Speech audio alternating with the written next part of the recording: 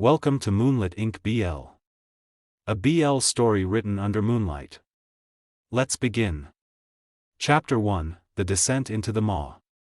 The bucket handle bit into Brandon's palm, a cold, metallic reminder that his life was now worth exactly 40 gold crowns and a prayer. He didn't look at the meat. He couldn't.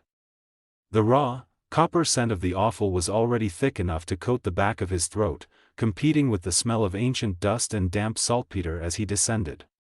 300 steps. That's what the captain of the guard had told him. 300 steps into the belly of the Runcadel estate, where the air grew heavy enough to bruise. Remember the rule, boy, the guard whispered at the iron-grated landing, his voice trembling despite his heavy plate armor. Drop the offering. Do not linger. If you hear the chain slide, you run. Don't look back to see what's chasing you. Brandon didn't nod, his neck was too stiff with terror. He stepped past the final torch bracket and into the absolute dark of the subterranean vault. The silence here was a physical weight. It wasn't the absence of sound, but a predatory stillness that seemed to watch him. Brandon's boots crunched on the grit of the stone floor, sounding like breaking bone in the hollow expanse. He reached the center of the chamber, where a single, faint shaft of moonlight filtered through a ventilation grate miles above. It illuminated a rusted iron ring set into the floor and a scattering of old, bleached bones. The sound was small, but it echoed like a gunshot. Brandon froze. His heart hammered against his ribs, a frantic bird in a cage. From the deepest corner of the vault, where the shadows were ink-black and suffocating, came the sound of something heavy dragging across the floor. It wasn't the gait of a man, nor the prowl of a wolf. It was a wet, sliding sound, punctuated by the rhythmic scrape of scales against granite.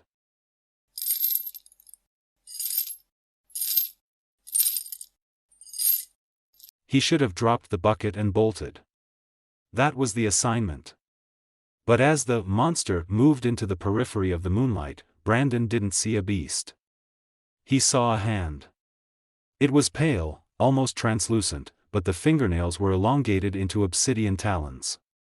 As the creature shifted, the light caught the side of a torso, covered in shimmering, iridescent scales that pulsed with a faint, sickly violet glow.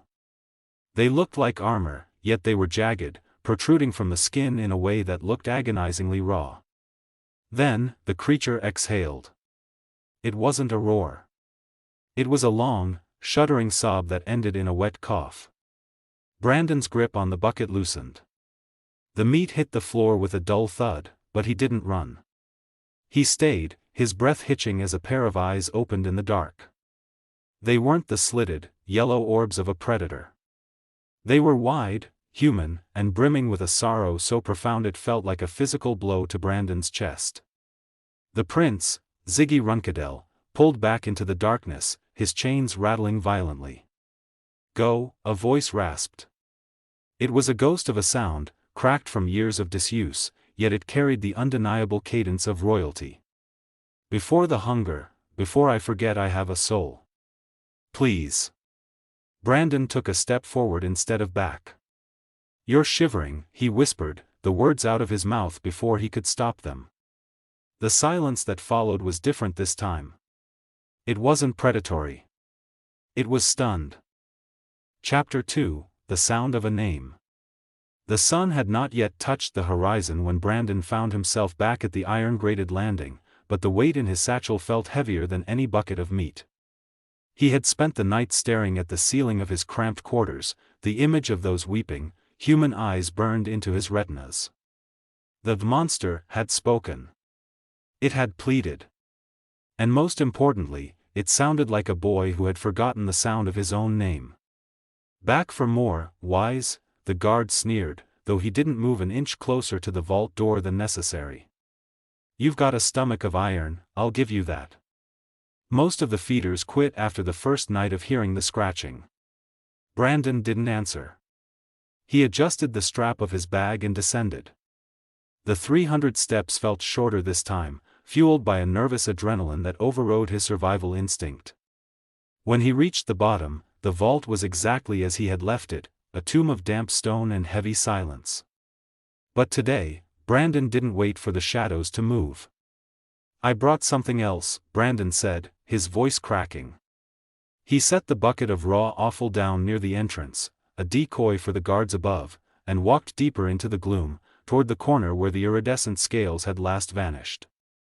The rattling of chains was instantaneous. It was a violent, frantic sound, like a caged animal trying to find a corner deep enough to vanish into. "Stay back," the voice rasped, sharper today, edged with a desperate growl. "The hunger, it's worse in the morning. You're a fool, boy. Leave the meat and save your life." "My name is Brandon Wise," he replied, kneeling on the cold floor. He reached into his satchel and pulled out a small, wax-wrapped bundle and a single, sturdy tallow candle. "And I don't think you want the meat." He struck a match. The small flame bloomed, casting a golden halo that fought back the oppressive ink of the vault. A few feet away, Ziggy Runcadel flinched. The light revealed the full, heartbreaking truth of his condition. The prince was curled against the wall, his regal features fighting a losing battle against the curse. Shimmering obsidian scales climbed his neck, disappearing beneath a tattered silk shirt that had once been white. One of his eyes was occluded by a milky, reptilian film, but the other, clear and hazel, stared at Brandon with pure shock. "You brought fire?" Ziggy whispered, his talons scraping the stone. "And an apple." "A sweet one," Brandon said, sliding the fruit across the floor. "And a piece of bread that isn't moldy." Ziggy stared at the apple as if it were a jewel from a forgotten crown. He reached out, his movements jerky and stiff. When his clawed fingers touched the fruit, he didn't eat it immediately. He pressed it to his cheek, breathing in the scent of the orchard, a sob catching in his throat. "Brandon," the prince whispered, testing the weight of the name on his tongue. It sounded like a prayer. "Why? They told you I was a beast. They told you I would tear the soul from your body. They told me a lot of things," Brandon said, sitting back on his heels, his heart finally slowing its frantic pace. "But beasts don't say, please." For the first time in a decade, the Prince of Runcadel stepped fully into the light. He was terrifying, yes, a mosaic of man and monster, but as he took a tentative bite of the bread, his eyes never left Brandon's. In that flickering candlelight, the subterranean vault felt less like a prison and more like a sanctuary. "They will kill you if they find you talking to me," Ziggy warned, though he moved an inch closer to the warmth of the candle. "Then we'll just have to make sure they don't find out," Brandon replied. Chapter 3, Smuggled Light. The damp, heavy air of the vault no longer felt like a shroud. To Brandon, it had begun to feel like a veil. For 2 weeks, he had lived a double life. Above ground, he was a ghost, a quiet, unremarkable servant who kept his head down and his pockets filled with scraps from the royal kitchens. Below, he was a provider of light. His satchel was no longer just a bag, it was a treasure chest of smuggled rebellion. "I brought something for the silence," Brandon whispered, his voice echoing softly against the weeping stone walls. He didn't need the lantern to find Ziggy anymore. He simply followed the faint, rhythmic clink of the shackles and the low, melodic hum the prince used to soothe himself in the dark. As Brandon struck a match, the golden flare revealed Ziggy sitting cross-legged near the bars, his back pressed against the cold granite. The scales had crawled further up his neck since yesterday, a jagged line of obsidian cutting across his jawline, but his eyes were bright, expectant. "You're late," Ziggy said. The rasp in his voice was fading, replaced by a smooth, cultured lilt that betrayed his years of tutoring in the palace above. "I began to think the guards had finally realized where all the library's missing poetry went." "The librarian is 80 and half blind," Brandon joked, pulling out a slim, leather-bound volume and a small, ceramic jar. "He thinks he mislaid it. And I brought this, it's honey. Real honey, not the watered-down syrup they give the infantry." Ziggy reached through the bars. His hand was a terrifying juxtaposition, the palm was soft, human skin, but the back was armored in thick, iridescent plates that shimmered like oil on water. As Brandon handed him the jar, their fingers brushed. The prince froze. It was the first time they had touched without the barrier of a tool or a gift between them. Ziggy's skin was unnaturally hot, a feverish warmth radiating from the curse beneath his surface. Brandon didn't pull away. Instead, he adjusted his grip, his thumb grazing the edge of a scale. It felt like polished glass, hard, cold, and dangerously sharp. "Does it hurt?" Brandon asked softly, his heart hammering against his ribs. Ziggy let out a breath that was half sigh, half shudder. "Only when I'm angry. Or when I'm reminded of what I used to be. Most of the time, it just feels heavy. Like I'm wearing a suit of mail that I can never take off." Brandon moved closer, sitting so near the bars that he could smell the faint, ozonic scent of the scales, like a thunderstorm held captive in a cellar. He opened the book and began to read. The verses were about sunlight hitting the sea, about the wind in the wheat fields, things Ziggy hadn't seen in a decade. As Brandon read, Ziggy leaned his head against the iron bar, closing his eyes. For a moment, the prince wasn't a monster, and Brandon wasn't a servant. They were just two souls anchored to each other in a sea of ink. "Brandon," Ziggy murmured, his voice thick with a sudden, aching vulnerability. "In the stories, the beast always changes back when someone stays. But my father, he says the more I am loved, the more the kingdom rots. He says I am the sinkhole for all his sins." Brandon closed the book and reached out again, this time with intention. He laid his hand over Ziggy's clawed one, squeezing firmly. "Your father is a liar who wants someone else to carry his guilt. You aren't a sinkhole, Ziggy. You're a person. And I'm staying." Ziggy's talons retracted slightly, his hand turning over to lace his fingers with Brandon's. The physical tension between them was electric, a forbidden current flowing through the iron bars. In the flickering candlelight, the prince looked less like a creature of nightmare and more like a man starving for a touch that didn't end in a wound. "Read more," Ziggy whispered, his grip tightening. "Make me forget the stone for just one more hour." Chapter 4, The Prince's Secret. The air in the vault had changed. It no longer smelled of rot and dampness, now, it smelled of the lavender oil Brandon had filched from the laundry and the sweet, sharp scent of the apples they shared. But tonight, the atmosphere was thick with a different kind of heaviness, a silence that felt brittle, like thin ice over a deep, dark lake. "You're staring at them again," Ziggy said. He didn't sound angry, only tired. Brandon realized his hand had paused mid-motion. He was kneeling behind Ziggy, a basin of warm water and a soft cloth at his side. He had been wiping the grime of the stone floor from Ziggy's shoulders, but his gaze had snagged on the place where the smooth, pale skin of the prince's back met the jagged, obsidian plates of the curse. "I'm sorry," Brandon whispered, dipping the cloth back into the water. I wonder how it feels. To have a part of you that doesn't belong to you." Ziggy let out a sharp, self-deprecating laugh that vibrated through his ribcage. "It belongs to me more than my own heart does, Brandon. My heart is a traitor, it still wants to beat for a father who threw me to the rats. But these?" He gestured to the scales with a clawed hand. "These are the only truth left in this family." Ziggy turned slightly, the chains around his ankles clinking with a melodic sorrow. He looked at Brandon, his hazel eye searching the boy's face for a disgust that never came. "The Runcadel curse isn't a random blight," Ziggy began, his voice dropping to a conspiratorial hum. "It's a mirror. The first king made a pact: the royal bloodline would possess the power to rule as long as the heir bore the weight of the crown's sins. Every lie my father tells, every innocent life he tramples to keep his throne, it manifests here." He traced the line of a scale on his collarbone. "I am the physical record of his cruelty.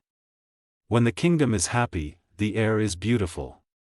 When the kingdom is bleeding, the heir becomes this." Brandon reached out, his fingers trembling as he touched the spot Ziggy had just indicated. The scale was hot, pulsing with a faint, rhythmic light that matched Ziggy's heartbeat. "So you're a prisoner because you're a witness," Brandon realized, a cold fury beginning to stir in his chest. "He hides you because he can't stand to look at what he's done to his own people." "Exactly," Ziggy whispered. "He calls me a monster so he doesn't have to call himself a tyrant." The vulnerability in Ziggy's voice was more than Brandon could bear. He abandoned the cloth and moved closer, closing the small gap between them. The bars of the cell felt like an insult, a cruel intervention between two people who were finally seeing each other. Brandon reached through the iron, his hands cupping Ziggy's face. He avoided the sharp edges of the scales, his palms pressing against the warmth of Ziggy's cheeks. For a moment, Ziggy went completely still, his breath hitching. "You aren't a record of his sins," Brandon said, his voice fierce and low. "You're a man who has survived a decade of darkness. That makes you stronger than any king."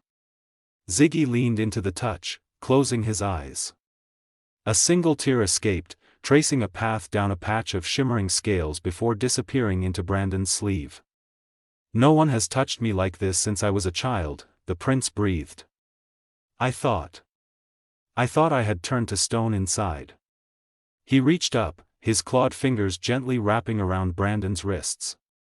He was careful, so incredibly careful, to keep his talons away from Brandon's pulse.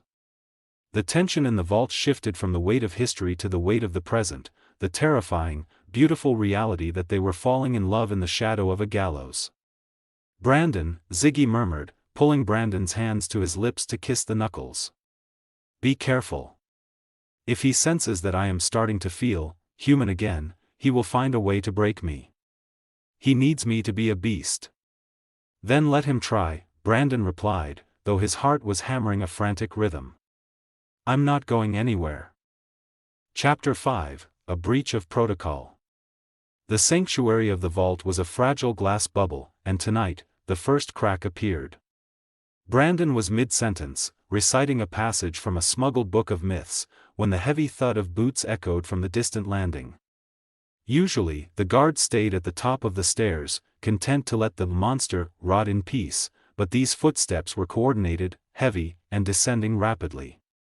"Brandon," Ziggy hissed, his scales flaring with a sudden, sharp violet light. His pupils constricted into vertical slits. "Someone is coming." More than one. Panic, cold and oily, surged in Brandon's throat. He scrambled to gather the evidence of his treason, the half-eaten honey cake, the wax-covered book, the bundle of lavender. "If they find these, give them to me," Ziggy commanded, his voice dropping into a guttural register. Brandon shoved the items through the bars. Ziggy snatched them with a speed that was purely animal, tucking them beneath the heavy, moldering furs in the corner of his cell. But the candle was still burning, casting a warm, incriminating glow against the stone. "The light. Put it out," Ziggy whispered. Brandon pinched the wick, the sudden darkness swallowing them whole just as the flare of a professional torch rounded the corner. The head guard, a man named Merrick with a face like scarred leather, marched into the center of the vault. Two other soldiers followed, their halberds leveled at the shadows. "Wise," Merrick barked, his voice bouncing off the walls. "You've been down here for nearly an hour. The bucket was dropped 40 minutes ago. What are you doing in the dark?" Brandon stood up slowly, wiping his damp palms on his tunic. He tried to keep his voice from trembling. I tripped, sir. Dropped the lantern. I was trying to find my way back to the stairs in the dark, but I got turned around." Merrick stepped closer, thrusting his torch toward Brandon's face. The heat of the flame singed the air.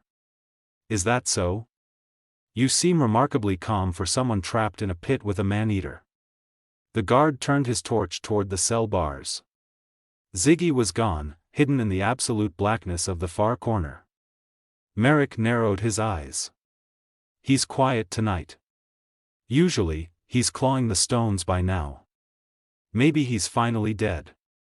Or maybe you've been doing more than feeding him." "He's just hungry, sir," Brandon said, his heart beating so hard he feared it would rattle his ribs. The meat was spoiled. He didn't want it. Merrick walked toward the bars, his hand going to the hilt of his sword. Let's see if he's hungry for a feeder then. He reached out to strike the iron bars with his gauntlet to provoke a reaction. Suddenly, a terrifying, inhuman roar ripped through the vault. Ziggy lunged from the darkness, slamming into the bars with enough force to make the stone floor vibrate. He didn't look like a prince now. His mouth was open in a silent snarl, revealing teeth that had sharpened into points, and his scales were standing on end like the hackles of a wolf. He swung a clawed hand through the bars, narrowly missing Marek's face, his shackles snapping taut with a violent crack. The guards recoiled, one of them stumbling backward and nearly dropping his weapon. "Keep your distance, you filth!" Ziggy bellowed, his voice distorted by the curse, sounding like grinding tectonic plates. "Unless you wish to be the next thing I bury in the dirt." Merrick spat on the floor, his face pale but his expression hardening. "Still a beast, then. Good. It makes what's coming easier to stomach." He turned his glare back to Brandon. "Get upstairs, Wise. Now. And don't let me catch you lingering again, or you'll find yourself on the other side of those bars." Brandon didn't look back. He couldn't risk seeing the pain he knew was hidden behind Ziggy's monstrous facade. He climbed the 300 steps with leaden legs, the sound of Ziggy's forced, guttural snarls echoing in his ears, a symphony of protection that felt like a goodbye. Chapter 6, The Blood Moon Decree. The air in the upper palace was thick with a tension Brandon could feel in his very marrow. It wasn't the usual stifling heat of the kitchens or the cold indifference of the barracks, it was the electric, copper scent of impending death. Brandon hovered near the heavy oak doors of the war room, a tray of untouched wine in his hands. He kept his head bowed, the perfect image of a mindless servant, while his ears strained to catch the gravelly voice of the king. "The corruption has reached the lungs," the king coughed, a wet, rattling sound that made Brandon's skin crawl. "The healers say I won't see the next moon. If I die while the beast still draws breath, the curse will solidify. The next heir will inherit a throne made of scales and rot." "And the solution, Majesty?" a cold, unfamiliar voice asked. "The blood moon," the king rasped. "In 3 nights, the veil between the worlds is thinnest. We will drain the vault. A ritual purification. We kill the monster, and the Runcadel bloodline is washed clean for my nephew to take the crown. Ensure the executioner's blade is silvered." The tray in Brandon's hands clattered. A guard glanced his way, and Brandon immediately scurried off, his legs feeling like they were made of water. He didn't wait for the evening feeding. He didn't wait for the sun to go down. He sprinted for the vaults, his breath coming in ragged gasps that tore at his lungs. He bypassed the main guard station, slipping through a narrow servant's passage he discovered weeks ago, and practically fell down the 300 steps. "Ziggy," he hissed into the dark, his voice a frantic, broken thing. "Ziggy, get to the bars." The rattling of chains was slower tonight, heavy with the exhaustion of the act Ziggy had put on for the guards. When the prince emerged into the dim light of the single candle Brandon had managed to light, he looked hollow. The scales on his chest were dull, and his clear hazel eye was clouded with fatigue. "Brandon? You shouldn't be here," Ziggy whispered, reaching out a trembling hand. "Merrick is watching the rotations. If he finds you, they're going to kill you," Brandon interrupted, grabbing Ziggy's hand through the bars and pressing it to his forehead. "The king, he's dying. He's ordered a purification for the blood moon. 3 nights, Ziggy. That's all we have." The silence that followed was deafening. Ziggy didn't pull away. He didn't roar. He simply let out a long, slow breath that smelled of the damp stone they were trapped in. "I knew it would end this way," Ziggy said softly. There was a terrifying peace in his voice. A monster is only kept as long as it is useful for a story. Now that the story is ending, the monster must be slain. "Don't you dare," Brandon snapped, looking up with eyes bright with unshed tears and sudden, sharp defiance. Don't you dare call yourself that. You are Ziggy Runcadel, the only person in this entire God's-forsaken palace worth a damn. You are not a story, and you are not a sacrifice. Ziggy looked at him, his expression crumbling. The beast, who had lunged at the guards, was gone, replaced by a man staring at the only light he had ever known. Brandon, look at me. I am chained to the floor of a tomb. I am half stone and half shadow. How can you save something that the world has already buried? Because I love you, Brandon said. The words hung in the air, more powerful than any royal decree or ancient curse. Ziggy froze, his fingers twitching against Brandon's skin. The iridescent scales on his neck began to glow with a soft, pulsing warmth, the first time they had reacted to something other than pain or fear. Brandon didn't wait for an answer. He pulled Ziggy's face toward the bars, his hands tangling in the prince's matted, dark hair, and pressed his lips against Ziggy's. It was a desperate, salt-tinged kiss, tasting of honey, iron, and the finality of a death sentence. It was a vow made in the dark, a declaration of war against the crown. When Brandon pulled back, his forehead stayed pressed against the iron. I am getting you out, Brandon whispered. We leave on the night of the moon. Either we both walk out of these tunnels, or they can bury me in the dirt right next to you. Ziggy's hand cupped Brandon's jaw, his thumb tracing the line of Brandon's lip. Then we fight, the prince breathed, his hazel eye burning with a new, dangerous light. For the first time in my life, Brandon. I actually want to see the sun. Chapter 7, The Great Escape. The sky above the Runcadel estate bled a bruised, unnatural crimson as the blood moon ascended, but in the bowels of the earth, the world was a cacophony of iron and fire. Brandon moved through the service tunnels like a ghost possessed. He had spent the last 48 hours mapping the weight of every guard step and the timing of every torch flicker. In his belt, he carried a heavy ring of iron keys, stolen from Marek's belt after a drugged flagon of ale, and a vial of acid pilfered from the palace apothecary. The air in the vault hummed with a low, vibrating frequency. The curse was reacting to the moon, the scales on Ziggy's body glowing with a fierce, jagged violet light that seemed to pulse in time with the drums echoing from the courtyard above. Brandon, Ziggy gasped as the boy skidded to the bars. The prince was slumped against the iron, his breathing shallow. The obsidian plates had spread across his chest, sharp enough to tear his tunic to ribbons. He looked more like a creature of myth than a man, but when he lifted his head, the hazel of his eyes was searingly bright. The executioner is at the landing, Brandon hissed, his fingers shaking as he fumbled with the stolen keys. They're coming, Ziggy. We have minutes. The first key jammed. The second wouldn't turn.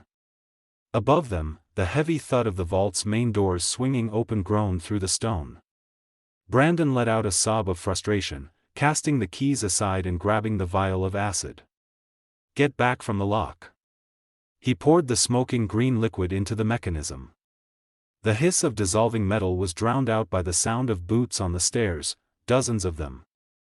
With a final, desperate kick, the cell door swung open with a screech of tortured hinges. The shackles, Ziggy whispered, holding out his wrists. They were bound by heavy, rune-etched manacles that hummed with a suppressive magic. I can't move with these on. They drain the very blood from my heart. Brandon didn't have a key for the runes. He looked at the silvered shackles, then at the shadow of the executioner appearing at the edge of the torchlight. He grabbed a discarded iron bar from the corner of the cell and wedged it into the link, using his entire body weight as a lever. Brandon, go. Save yourself. Ziggy roared as the guards flooded the chamber, their halberds leveled. Not without you. Brandon screamed, his muscles screaming as he threw his weight against the iron. At the touch of Brandon's frantic, heat-flushed skin against the cold magic of the runes, something snapped. The curse, fueled by the blood moon and the sheer, desperate love of the boy holding the chains, surged. The violet glow turned into a blinding white flash. The enchanted iron shattered like glass. Ziggy stood up, his height dwarfing the approaching guards. Without the shackles, the power of the Runcadel bloodline, uncut by the king's lies, surged through him. He didn't roar this time, he moved with a fluid, terrifying grace. His clawed hand swept through the air, shattering the guards' wooden hafts as if they were dry kindling. Out! Ziggy commanded, his voice no longer a rasp, but a thunderous peal. He grabbed Brandon around the waist, pulling him close against the shimmering armor of his chest. Brandon expected the scales to cut him, but they felt smooth, almost soft, yielding to his touch as Ziggy leapt toward the ventilation shaft he had stared at for 10 years. With the strength of a beast and the precision of a prince, Ziggy scaled the jagged stone of the shaft, the moonlight above acting as a beacon. They emerged onto the roof of the vaults just as the blood moon hit its zenith.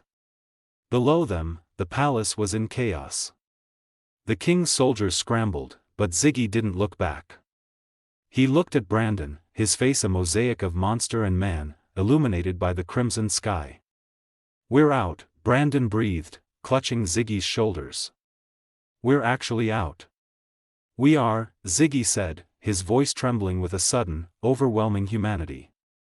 "But we don't stop running until the sun rises." They vanished into the tree-line of the great forest just as the first bells of the palace began to toll for a king who had lost his monster, and a kingdom that was about to find its truth. Chapter 8, Beyond the Shadows. The cottage sat on the edge of a cliff where the mountains of the northern territories met the sea, a place where the wind tasted of salt and the world felt infinitely large. Here, there were no stone vaults, no iron shackles, and no 300 steps to measure the distance between a soul and the sun. Brandon stepped onto the porch, the wooden planks warm beneath his bare feet. In his hands, he carried 2 mugs of tea, the steam curling into the cool morning air. He didn't have to look for Ziggy, he could hear the steady, rhythmic sound of a spade hitting the earth in the garden behind the house. When he rounded the corner, he paused, as he often did, just to look. Ziggy was kneeling in the dirt, his back to the sun. He wasn't wearing a shirt, and the light played across the remnants of his history. The heavy, obsidian plates that had once threatened to consume his chest were gone, replaced by patches of shimmering, iridescent skin that looked like inlaid mother-of-pearl. They caught the light in hues of violet and gold, no longer a jagged armor of hate, but a beautiful, fading scar. The curse had not vanished entirely, but it had changed. Without the king's malice to feed it, the monster had become a mosaic. "The soil is good today," Ziggy said without turning around.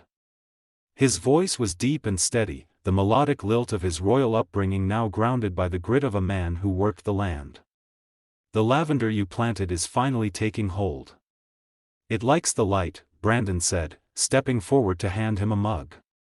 Ziggy stood up, wiping his dirt-stained hands on his trousers. He took the tea, his fingers brushing Brandon's in a way that was no longer a desperate reach through iron bars, but a casual, practiced habit. He looked down at Brandon, his hazel eyes, both clear now, the reptilian film having dissolved weeks ago, softening with a warmth that rivaled the sunrise. "You're staring again," Ziggy teased, a small, genuine smile tugging at the corner of his mouth. "I'm just admiring the view," Brandon replied, leaning his head against Ziggy's shoulder. They stood in silence for a long time, watching the fog lift off the ocean. Back in the Runcadel kingdom, rumors were swirling of a revolution, of a king who had died screaming in a palace that felt suddenly empty. But that world felt like a fever dream, a story told by someone they no longer knew. Ziggy set his mug down and reached out, his hand, still tipped with blunt, darkened nails that he used to tend his plants, cupping Brandon's cheek. He leaned down, pressing his forehead against Brandon's. "I used to think the sun would burn me," Ziggy whispered, his eyes closing. "I used to think that if I ever touched the light, I would turn to ash. I didn't realize the light was a person." Brandon reached up, his fingers tracing the shimmering scales on Ziggy's collarbone. They felt like smooth river stones, warm and familiar. "You were always worth saving, Ziggy. The world just needed to get out of the way so you could see it." Ziggy pulled him into a deep, slow kiss that tasted of mint and the coming spring. There were no guards watching, no bells tolling for an execution. There was only the sound of the waves and the quiet, steady beating of two hearts that had survived the dark. As they walked back toward the cottage, hand in hand, the iridescent patches on Ziggy's skin caught the morning sun, shining like a promise. The prince was no longer a prisoner, and the feeder was no longer a servant. They were simply two men, finally home, in a world where the only thing they had to satisfy was their own happiness.